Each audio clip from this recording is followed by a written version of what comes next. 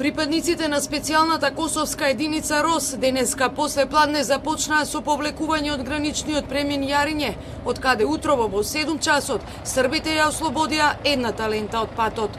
Косовските специјалци чекаат целосно да се ослободи патот, па и тие да почнат со повлекување. На Јариње сега се проодни двете ленти, а на граничниот премин Брњак една. Според договорот од Брисел по целосно ослободување на граничните премини меѓу Косово и Србија, Јариње и Брњак, војниците на КВОР 2 недели ке го обезбедуваат теренот.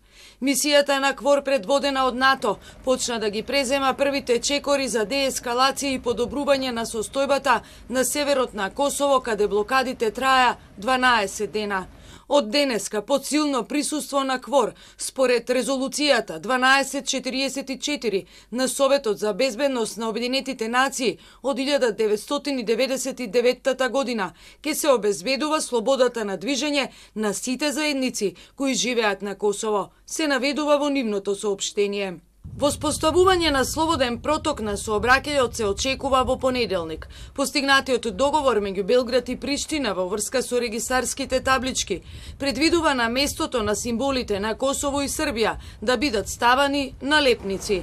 Во меѓувреме, работна група на чие чело ќе биде представник на Европската Унија ќе работи на пронаоѓање на конечно решение.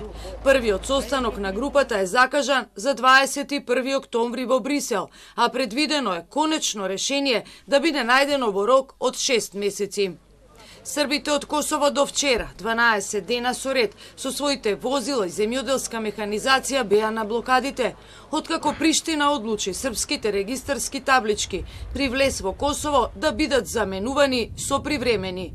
Приштинските власти ваквиот чекор го нарекуваат реципроцитет на правилото за непризнавање на косовските таблички, кое Србија го воведе уште во 2008 година.